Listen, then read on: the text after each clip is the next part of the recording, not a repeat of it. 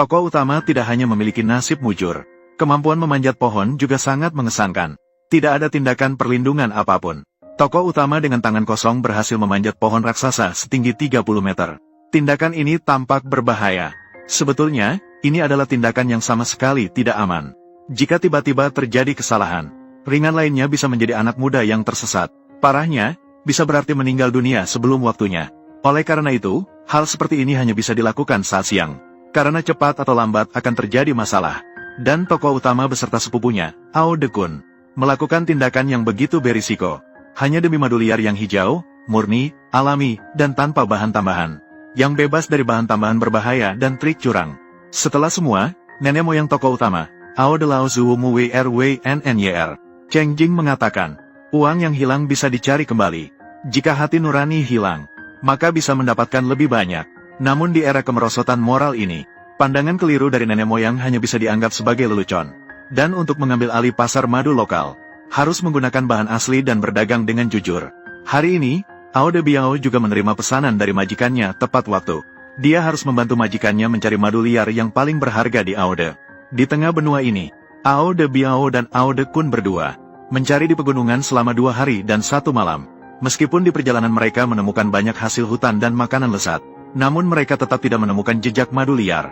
Namun, Ao de Biao tidak pernah mengeluh tentang kehidupan yang tidak sesuai harapan. Dia juga tidak akan menyerah pada pekerjaan di tengah jalan. Dengan usaha mereka akhirnya menemukan sarang lebah yang terletak di puncak pohon. Namun sarang lebah ini berada di puncak pohon setinggi 30 meter. Untuk mendapat sarang lebah ini, mereka harus memanjat pohon. Namun hanya dengan tangan dan kaki tidak mungkin untuk bertahan di batang pohon yang licin ini. Dan besar ini, apalagi harus memanjat pohon raksasa setinggi 30 meter ini. Maka mereka mulai membangun tangga di pohon itu menggunakan tali, untuk memudahkan pendakian dan evakuasi. Tanpa adanya langkah-langkah perlindungan, mereka hanya bisa mengandalkan tali yang tampaknya tidak kuat itu. Sebenarnya sama sekali tidak kokoh. Satu-satunya yang bisa menghindari pembukaan perjamuan di depan desa bagi kedua bersaudara ini juga hanya nasib mujur yang diberikan oleh nenek moyang Ao de. Setelah menghabiskan 2 jam, kedua bersaudara akhirnya berhasil membangun tangga untuk memanjat dengan tangan. Saat ini mereka belum bisa langsung mengambil madu. Lagi pula, lebah yang menjaga sarang madu tidak main-main. Mengambil madu dengan sembrono bisa berakibat fatal, karena pertimbangan keselamatan.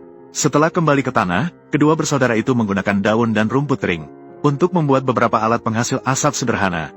Setelah semua persiapan selesai, kedua saudara itu membawa berbagai alat dan mulai memanjat pohon raksasa.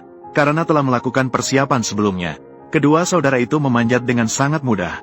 Hanya dalam waktu 10 menit, kedua saudara itu telah mencapai puncak pohon, mengutamakan pengorbanan semua demi pencapaian dirinya. Semangat keluarga O dari rumah kecil Ao de Biao. Tugas mengambil sarang lebah dengan cepat diserahkan kepada Ao de Biao menghindar dan menyerahkannya kepada sepupunya, Ao de Kun.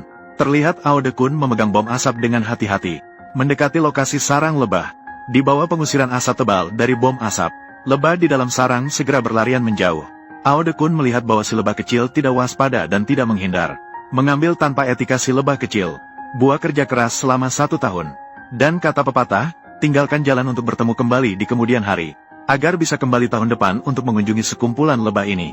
Ao de Kun tidak mengemas seluruh sarang lebah, melainkan dengan baik hati meninggalkan sebagian besar untuk lebah-lebah itu, sambil memanfaatkan asap dari bom asap yang belum sepenuhnya hilang. Dua saudara yang telah berbuat jahat itu juga memulai mundur dengan malu-malu. Setelah sampai dengan aman di tanah, kedua saudara itu segera menyerahkan madu yang baru saja dipetik kepada majikan mereka.